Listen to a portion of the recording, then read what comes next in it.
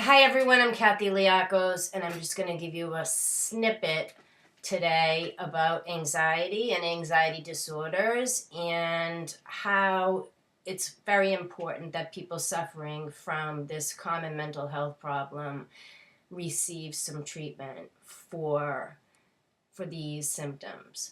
Anxiety disorders are very difficult to treat, common but difficult.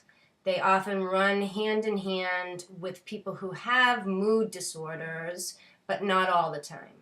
But I've rarely met a person who's chronically depressed who doesn't have excessive worrying and some anxiety.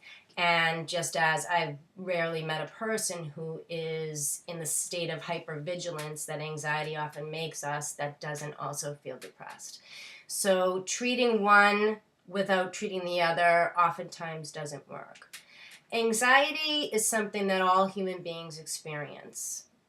And in and of itself, it's not necessarily a bad thing. But when it crosses into a disorder is when it impedes our ability to function with day-to-day activities because the feelings of chronic and excessive worrying interferes with that ability. So that's typically when people end up in treatment. They no longer can do the things that they usually were able to do before the fear took over. Some people need psychotropic medicine in addition to talk therapy to treat a very, very resistant anxiety disorder. Some people simply need a way to talk about what their fears are and have some reality testing. Because what happens with people when they suffer from a generalized anxiety disorder is their fears are no longer kind of typical. They often have these kind of irrational, non-evidence, based fears that either something will happen to themselves or to someone they love with nothing to kind of back that up. It's just a misfiring in their brain, kind of like a record that's stuck in this fear. And people who live with this chronic kind of state of hypervigilance and what's going to happen next, it's extremely unpleasant, and it can paralyze people to the point where they have panic attacks or they no longer can function in the world at large.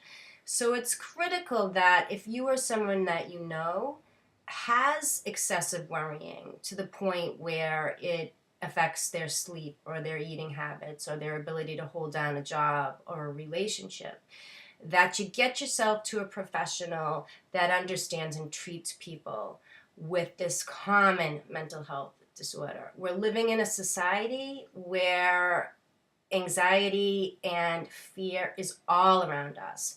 Human beings absorb that energy. And so if you have any kind of predisposition to excessive worrying or fear, this society that we live in at times can add to that. If you have a genetic predisposition to this, it's very important that you know that there are really, really effective treatments to quell these thoughts and help people be able to calm themselves in a way that they are able to live their best life.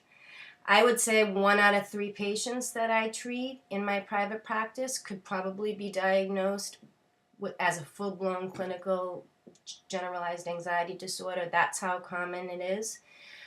But that doesn't make it any less difficult to treat. The important thing is to get out there, get seen by a medical professional, get diagnosed, and get a treatment plan so that you can start living the life that you always want to live. Living in a state of chronic fear is not fun. So I want to tell people that absolutely you can get better from that, and there is no shame and no stigma in looking for treatment for this. So I wish you all well. Thanks a lot for listening. Bye-bye.